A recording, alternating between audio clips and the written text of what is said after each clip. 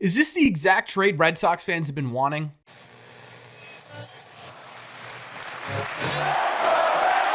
What is going on, everybody? Welcome back to Red Sea Radio. My name is Corbin, and it's no secret the Red Sox need pitching this offseason, right? In fact, it's probably the biggest need for the Red Sox going into 2024, and there are a couple of ways the Red Sox could go about doing this. The first is acquiring starting pitching via the free agent market. There are a lot of really talented starting pitchers available. The other way is via the trade market. The Red Sox have a lot of different young, talented players that they could use to leverage themselves a trade in order to acquire starting pitching. And one of the biggest names in baseball could be made available this offseason in terms of trade, a guy by the name of Corbin Burnes. So what we're going to do in today's video is look at the first mock trade put out for the Red Sox trading for Corbin Burnes. We're going to talk about why this trade may or may not make sense, why it could be an absolute perfect fit on the Red Sox, and we're going to talk about what the likelihood of a Corbin Burnes trade happening really is. But before we get into that, do me a favor. Make sure you guys have hit that subscribe button if you haven't already. If you're new here, we talk Red Sox content almost every single day. Also, make sure you guys have hit the like button on this video as well. Helps these videos out a ton, and it would mean a lot to me. Thank you all very much for clicking on this one. Let's get into it.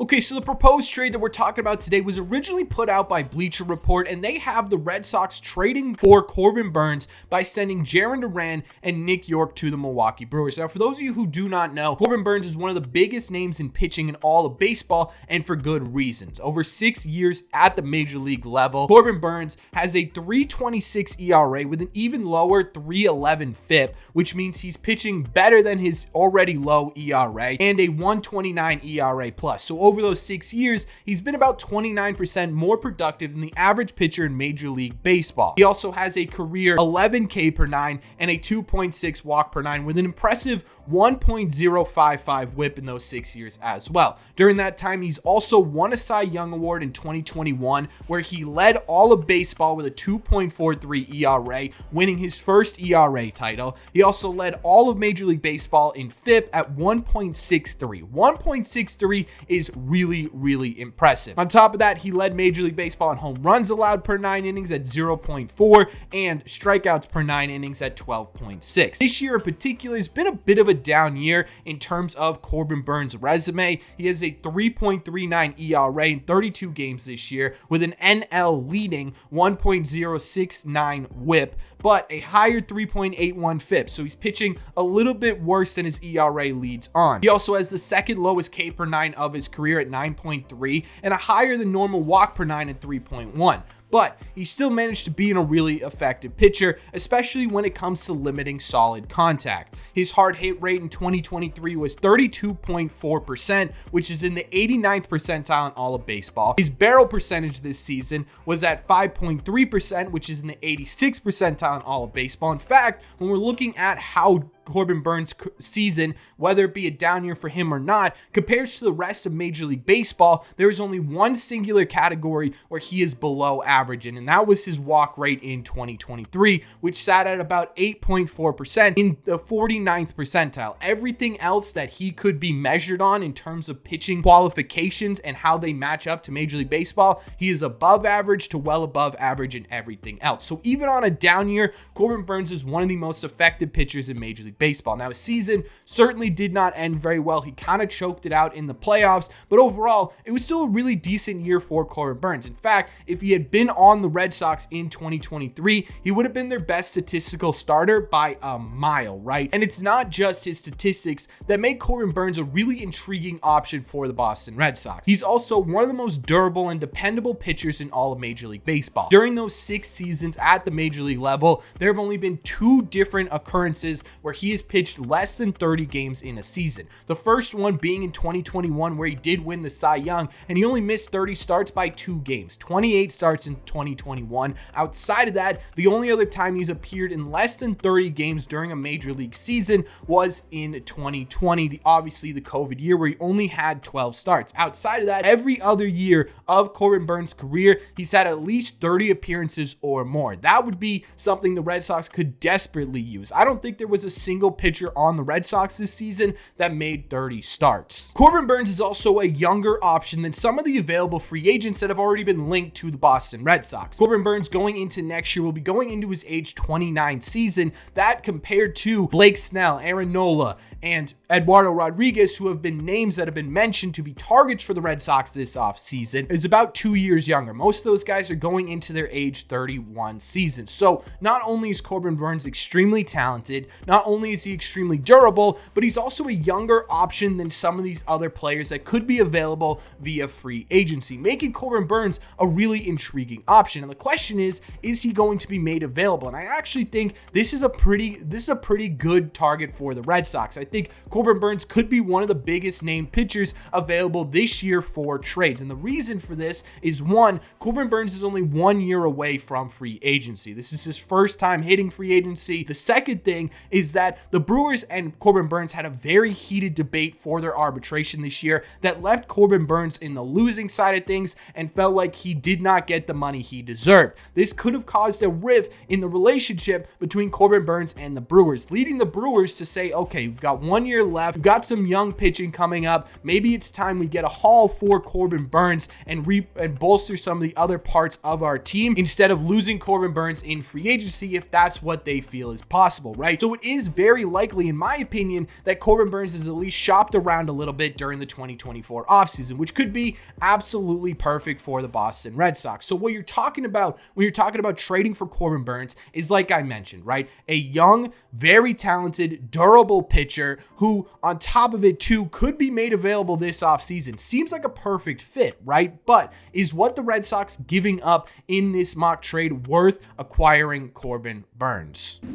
The price for Corbin Burnes, regardless of the fact of how much time he has left under control, is going to be pretty substantial, right? So it makes sense that what the Red Sox were mocked to be trading to the Milwaukee Brewers is a pretty big haul. Nick York is one of the best hitting prospects in the Red Sox system. He finished 2023 with a 268 average this year, a 350 on base percentage, and a 435 slug, good for a 116 WRC plus, or about 16% above league average production this year in his first season at the AA level. The bigger piece in this equation, in my opinion, is Jarren Duran, who is one of the best players on the Boston Red Sox in 2023. He finished his 2023 season hitting 295 with a 364 on base percentage and a 482 slug, good for a 121 OPS plus, or about 21% above league average production in 2023 for Jarren Duran. What Jarren Duran did this season was basically cement himself at the bare minimum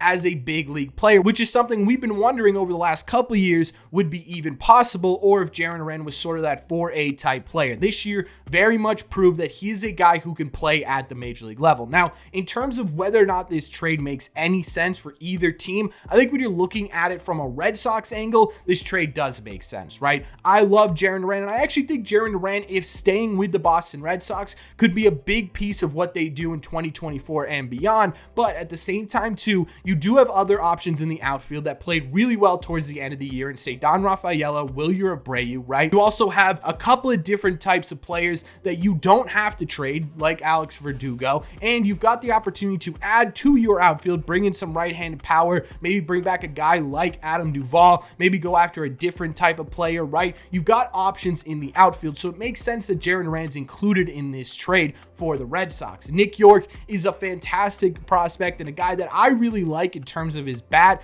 but he has some questionable defense, even though he did really well defensively this year in AA, and there are some concerns that he won't be able to hit the way he's been hitting at the major league level. Getting rid of both of these guys would suck, but at the same time too, the Red Sox really need pitching, and to get something, sometimes you got to give something up of equal value, and in my opinion, if you're the Red Sox, this makes a lot of sense. Now, my problem with this trade are two different things. One, if you are going to trade for Corbin Burnes, you have to also make sure that you will be able to at least talk to him about an extension, right? Trading both Jarren Duran and Nick York away for 1 year of Corbin Burnes just for him to walk in free agency, to me, doesn't make a ton of sense, especially with what the Red Sox are trying to do, right? They're trying to build for a long-term sustainable team. Getting rid of two of these guys, one of them could be a major contributor at the major league level, for just 1 year of a pitcher wouldn't make a ton of sense. In order for this to work from the Red Sox side of things, I think the trade package is fine, but I think they also need to include an extension pretty early on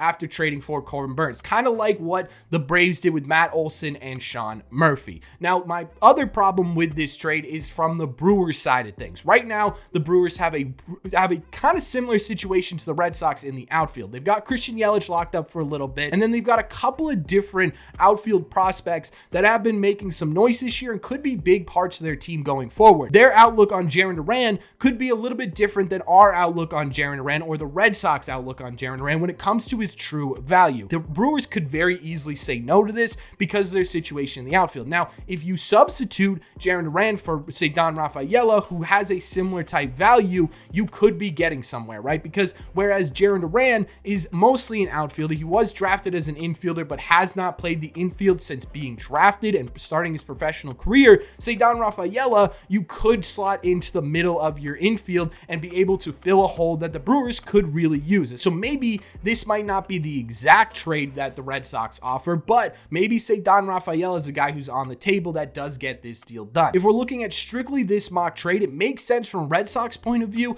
but I don't know if it makes sense for a Brewers point of view. But either way, regardless of this mock trade, if Corbin Burnes is made available, if they start shopping him around a little bit, the Red Sox need to take advantage of that. Like I said, Corbin Burnes is an extremely talented pitcher. He's a guy who could be a perfect fit on the Boston Red Sox. He's a guy who I would love to see in a Red Sox uniform, and I think he would do wonders for this rotation. So regardless of whether or not this is the trade to look for or it's something else, maybe a little bit more, the Red Sox should look into trading for Corbin Burnes. I think it would be a perfect addition this offseason. But that's just my opinion. So let me know in the comment section down below. 1, what do you think of this mock trade? If you're the Red Sox, do you say yes or no? 2, what do you think about Corbin Burnes in general? Would you want to get him here? Would you not want to get him here? And 3, if you don't, who do you think the Red Sox target on the trade market instead? Let me know all your thoughts on this mock trade for Corbin Burnes in the comment section down below. As always, if you made it to the end of this video, do me a favor. Make sure you guys have hit that subscribe button if you haven't already. If you're new here, we talk Red Sox content almost every single day. Also, make sure you guys have hit the like button on this video as well. Helps these videos out a ton, and it would mean a lot to me. Thank you all very much for clicking on this one, and I will see you in the red seats.